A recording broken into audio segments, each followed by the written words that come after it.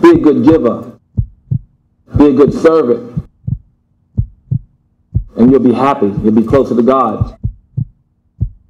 The guy with all the money, he gets up in the morning, the stock market goes up, his chest starts pounding, the stock market goes down, it pounds harder, and he dies and he's 50. Greetings, this is Lady Simone from AroundTownTV.com and Around Town Magazine. And I am so lucky and so blessed to have with me an extremely esteemed author and rap mogul, they call him, Russell Simmons. How are you, Russell? Very good, thank you. Thank you so much for granting us the interview. That's my pleasure. I had no idea that you were so humble and, you know, just like a regular guy. You have such great energy. That's sweet of you to say. Well, I hope so. Thank you. And so the book, Super Rich, I've been reading it and it's nothing like what I expected it to be. I thought it was going to, you know, just tell me how to make money, you know, point blank. But instead, it's really giving me a different energy, very calming.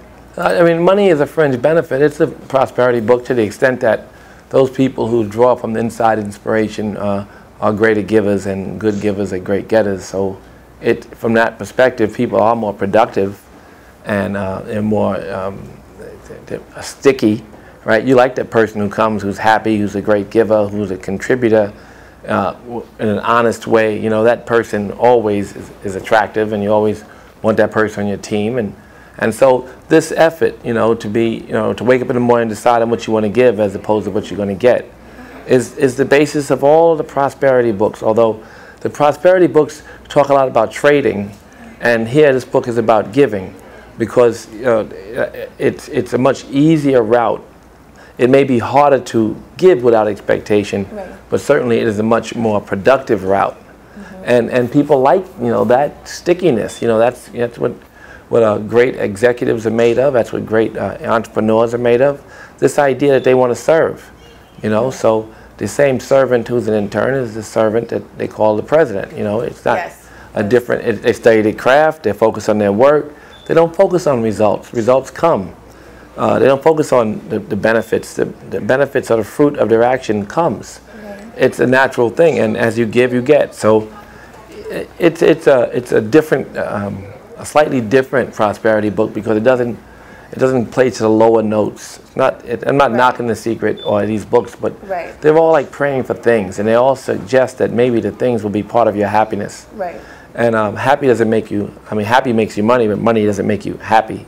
Right. So that's an important point, and I want people to kind of operate from a happy space. Right. I just have one question. How do you not chase money, you know, especially with the recession and everything? Well, it's the idea of just chasing the work.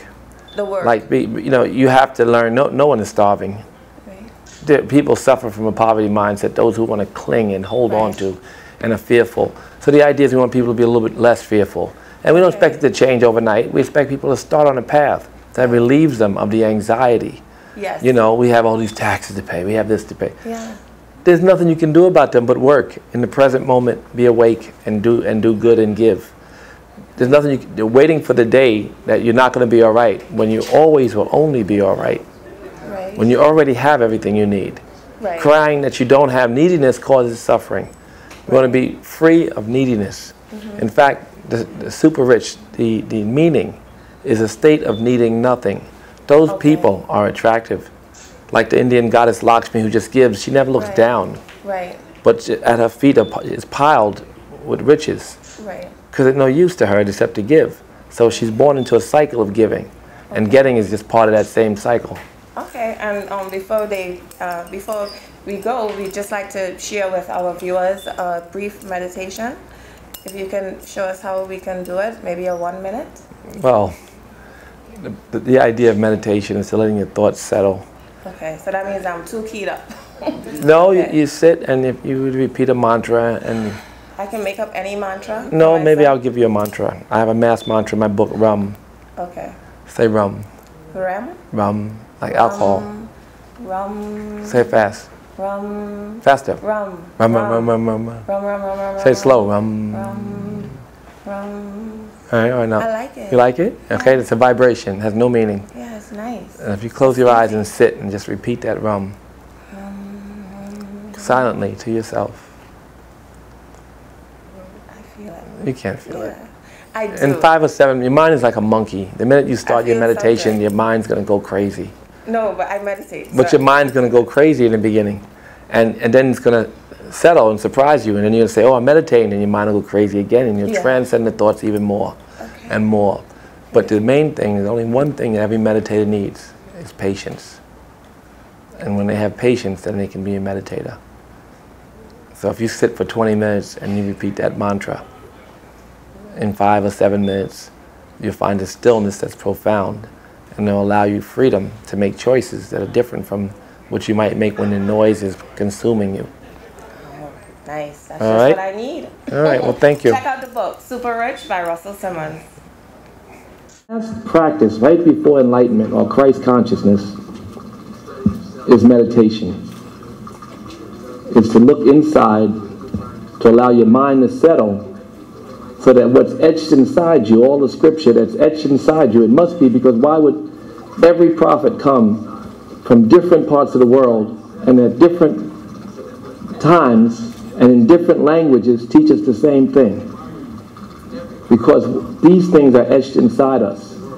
And that piece of God inside you is sometimes covered up. And we want to be able to reach inside for that strength and connectivity.